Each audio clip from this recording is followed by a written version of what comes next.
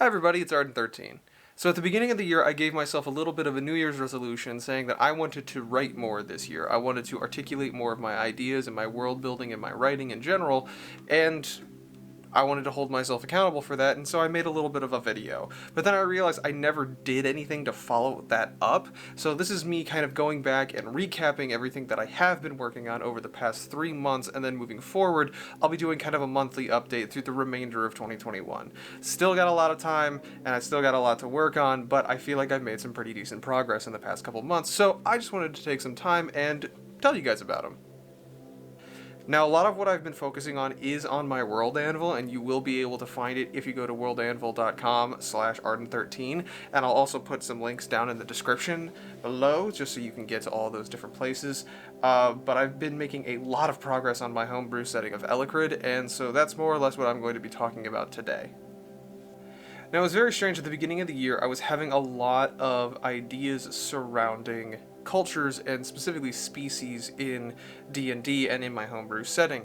Obviously, there have been a lot of controversy that have been brought up about that in the past 2 years, and so I was in the forefront of my mind. But I had this really wonderful moment of word association that Mal and Kat have both kind of just like nodded their heads and been like, okay, Arden, whatever you say, but like I find it really very interesting, and so I've incorporated it into Ellecrid. And the moment of word association came in the form of me thinking about the dwarves and thinking about the giants. And obviously these are two very different creatures in terms of just sheer size when we look at them. There are similarities in the names, and that is something that threw me off, and that is something that brought about this moment of word association. Because I thought it was strange how there were mountain and hill giants and mountain and hill dwarves, but there weren't dwarves for every other kind of giant. And that is what got me thinking. Maybe there are a dwarven counterpart for each giant breed. So I went into World Anvil and I created a parent article for species, and specifically over the species of dwarves. Just overarching, talking about dwarves and Ellecrid. And then I've made sub-articles, further articles, but they are parented to the dwarven article, that includes the hill dwarves, the cloud dwarves, the storm dwarves, and the fire dwarves. I intend to finish out this whole roster and get some frost and mountain dwarves in there, but as of right now, this is where I am at, and I am very, very excited for all of the kind of thinking that we've brainstormed concerning the dwarves and Ellecrid. Now, I wanted to highlight some standout moments here in these articles, particularly when it comes to the differences between each of these dwarven breeds. Just like the storm dwarves share a lot of similarities to their storm giant cousins in the fact that they are amphibious. They have this natural affinity and resistance to lightning and storms. Additionally, when we get to like the fire dwarves, this is something that I thought was really cool. Fire dwarves are naturally like a darker to ashen skin tone and complexion. However, their hair is generally a warmer tone, like a red or a blonde, maybe even a little bit orange, like kind of those ginger tones. But it is a part of their culture and a part of their people, wherever you may find them, no matter where they might be, that they may dye their hair the different color temperatures of fire. So you have some fire dwarves running around with blue streaks or just full heads of blue hair, because that's just like a part of their being, of being one with the fire. With the exception of white, no fire dwarf will ever dye their hair white or keep white hair, because that is seen as a sort of pseudo-religious faux pas. The progenitor of their breed, Azrodan, is noted to be kind of almost a deity-like individual in the eyes of the fire dwarfs, and he alone and his descendants are alone allowed to wear white hair. I go into some detail about the different facial hair qualities when it comes to the different dwarven breeds, and I think whenever we think of dwarves, it's all about the facial hair. We always think about the big beards, and so that was something that I definitely wanted to highlight in the dwarves of Ellecrid. So we have the storm dwarves, who have tightly bound or cropped facial hair because they're seafaring. They don't want their facial hair getting trapped in the rigging. We have the cloud dwarves, which have more of a kinky hair quality to them. So they more or less just kind of let their hair be as cloud-like and full and voluptuous as it possibly can be. Hill dwarves, on the other hand, are the only breed of dwarf that usually don't have facial hair. And it's not because they can't grow their facial hair, it's the fact that they are above ground, they have more of a curious nature, and so they oftentimes are interacting with other humanoid races in Ellecrid, and they realize or have made the assumption that they are more approachable if they don't have facial hair, if they have clean-shaven faces. So generally, they have very, very short facial hair to no facial hair whatsoever, and all of their dwarven brethren don't like that. Just something that I thought was interesting and wanted to add. Now, rounding out the idea of the dwarves is obviously we have to figure out how we can justify this word association. And what I had come up with is that it was a quarrel between these two gods, the patron god of the giants and the matron god of the dwarves in Ellecrid.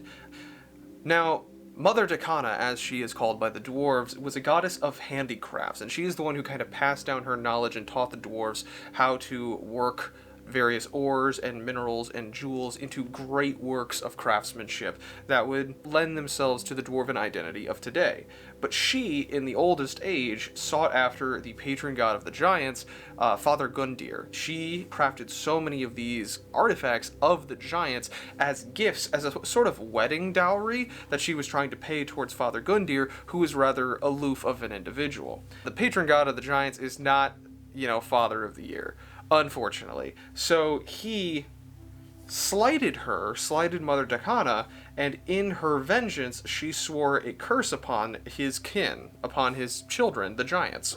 The curse read something to the effect of, "The next children your sons will bear will be the reflections they see in standing pools of water." In doing so, she cursed the giants to then give birth to the dwarves, so each of the giant breeds gave birth to a subsequent equal and opposite dwarven breed, hence where we get all of these different dwarven breeds in conjunction to the giants.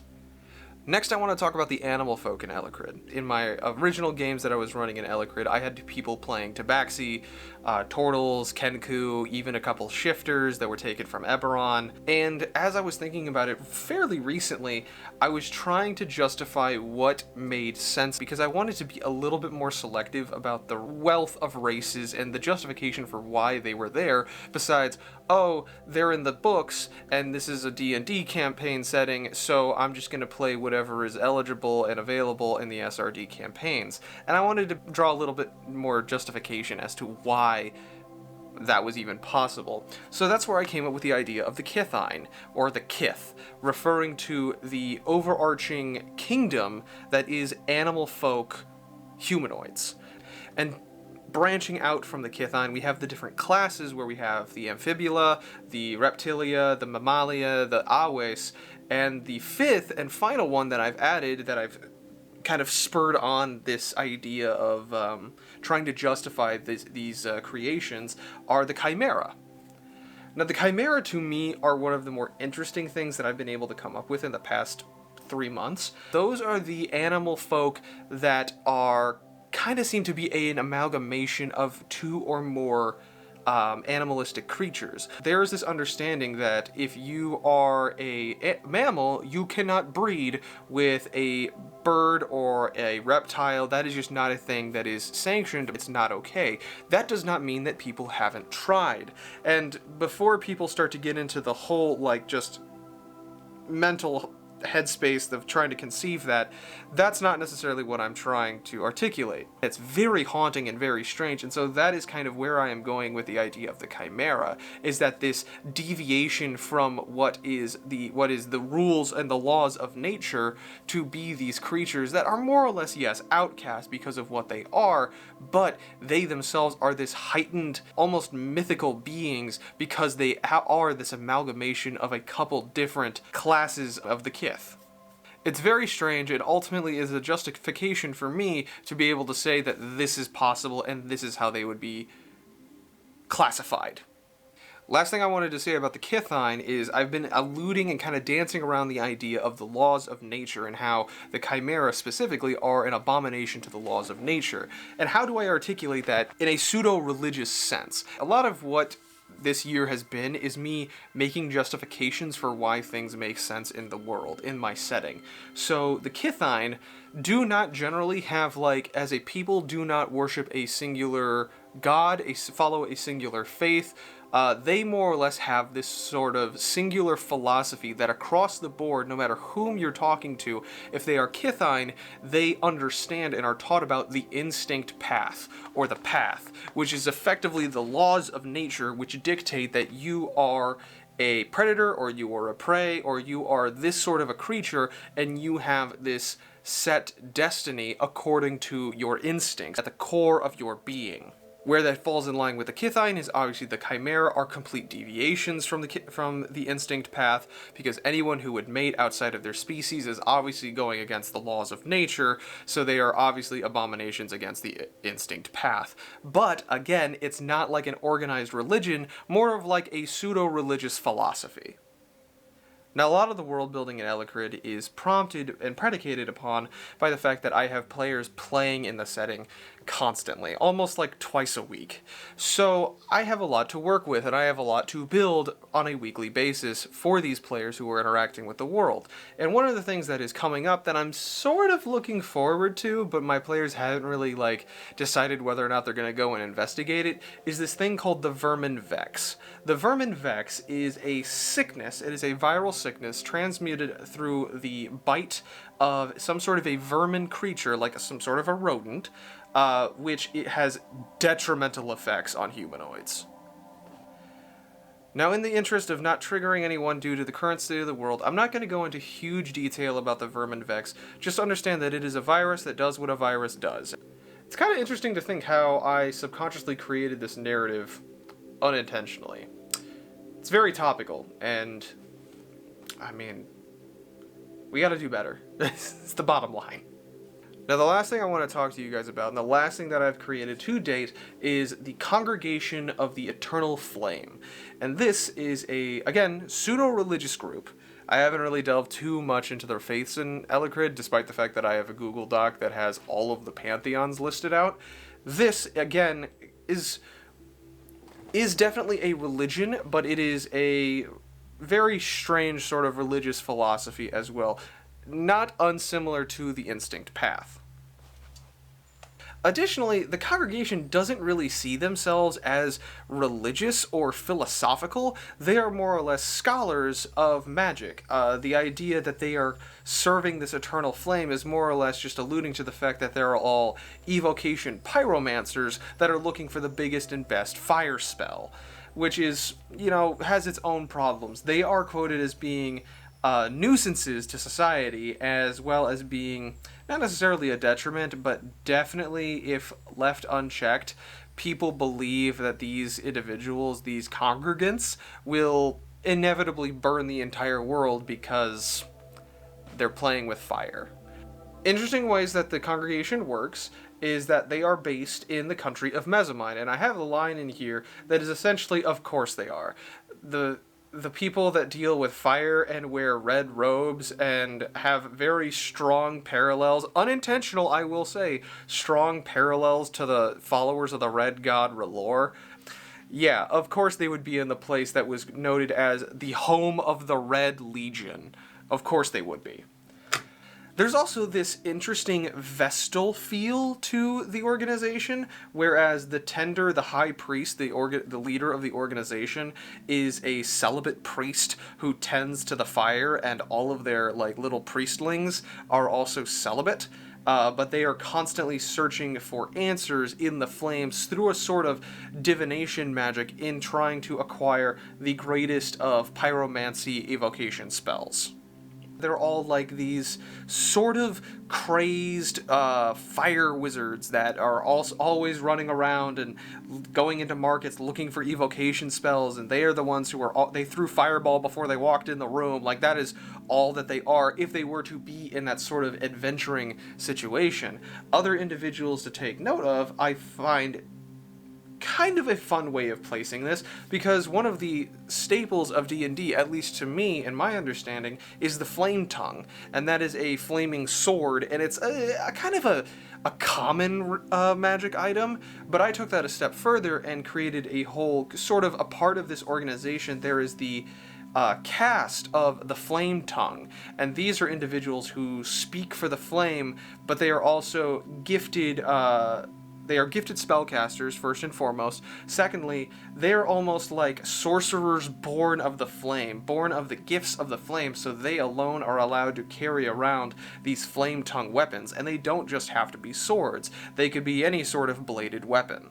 At its core, the congregation doesn't really mean any harm. They just mean to find these evocation spells for reasons that the public doesn't truly understand, and they go on to quote the fact that they have aligned themselves with the Red Cabal of Mezzamine, which has this observation of a triumvirate sort of religion, a trinity, as it were, which only believes that there is a god of death, there is a goddess of victory, there is a goddess of war, and that's it.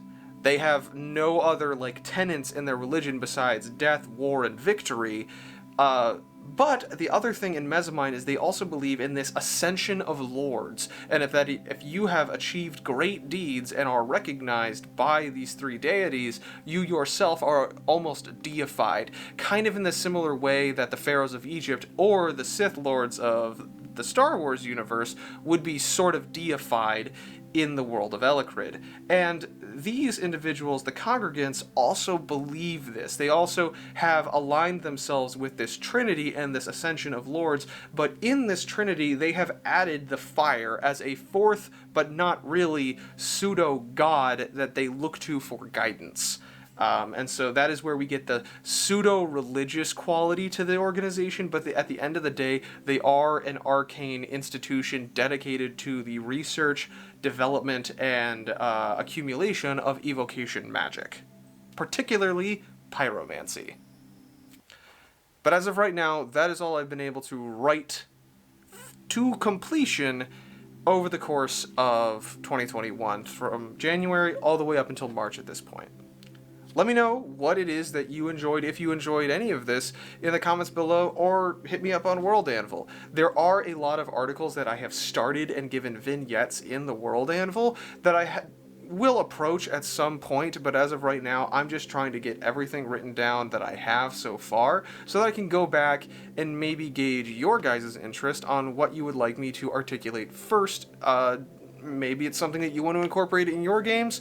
Maybe it's something that you found really interesting and you want to kind of like bounce ideas off of me, which would be really great. I really do enjoy that.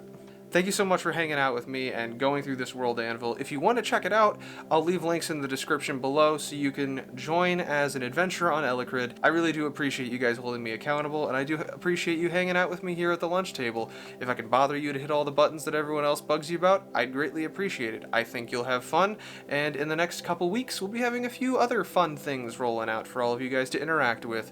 So thank you so much again. Have a great one. Be safe. I'm Arden XIII. I am still waiting on that ramen, and I will catch you guys in the next one. Peace out.